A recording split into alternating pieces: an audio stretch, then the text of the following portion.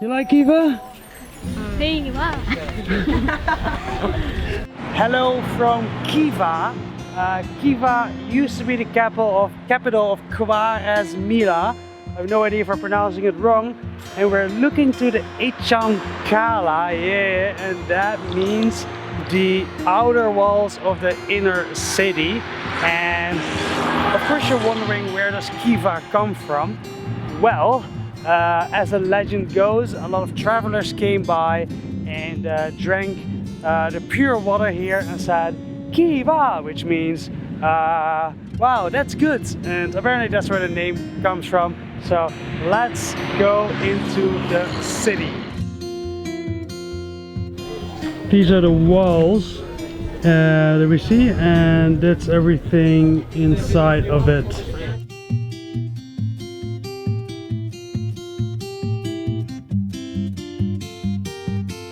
This castle is also called Echancala, same as the inner walls. And somebody had to sneeze.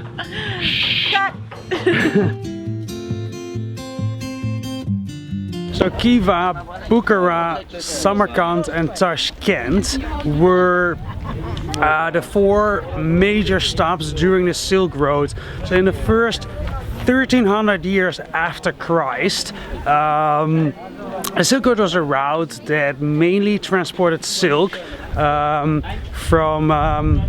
the road from Europe to China. And on that road, obviously, a lot of different other things were transported. And so this town, Khiva, is one of the four major stops. And Khiva has been invaded several times in that time. Once by the Arabs and once by a Mongolian warlord and by other countries. Yeah, what we see now is how it used to be, but obviously rebuilt. This is the Muhammad Amin Madrasa, a learning center. This is the Fine Art Museum.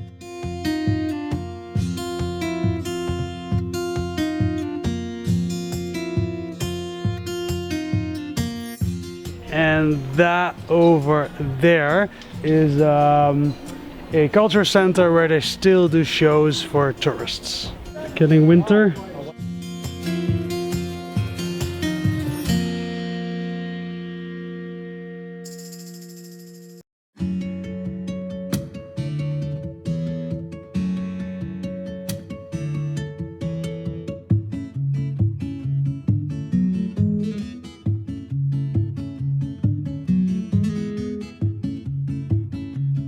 Back in the days there were a lot of camels. Here is an actual one. So imagine a bunch of camels everywhere. Well, now it's tourists, but it used to be camels. Are you ready to give our viewers the most important information of today? Surely, yes, yes.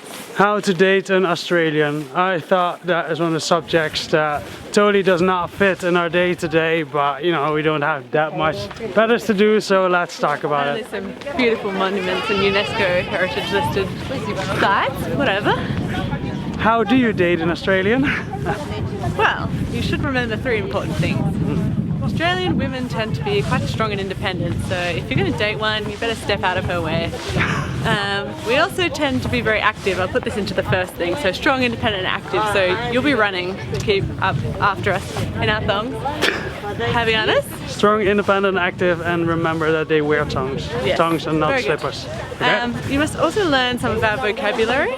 So the main technique is you need to shorten every word and put an O at the end of it. Like afternoon becomes arvo, or service station becomes servo.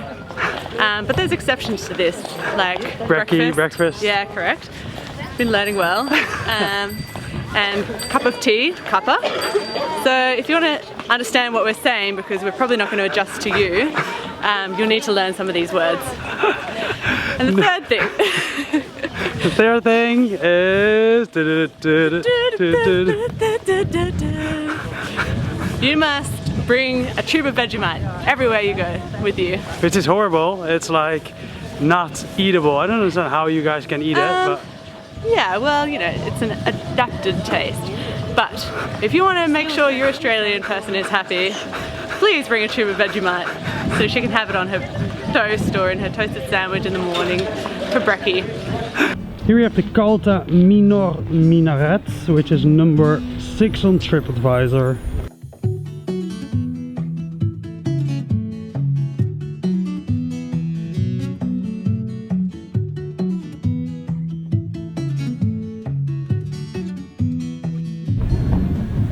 Hello! Hello. How are you? And this building is a weaving workshop for how to make carpets. What I really like about Khiva is that since everything is within walls, it's like all these buildings are like literally next to each other. Whereas in, what was the first big city we were? Samarkand. Samarkand was like a beautiful building here and then half kilometer or a kilometer further another beautiful building.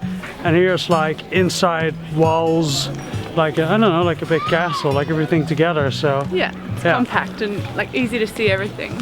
Yeah. So thank you for joining us on this tour and we'll see you next time. Bye.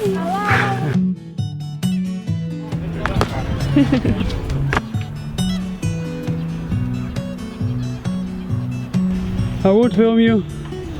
You can do it. Why don't we get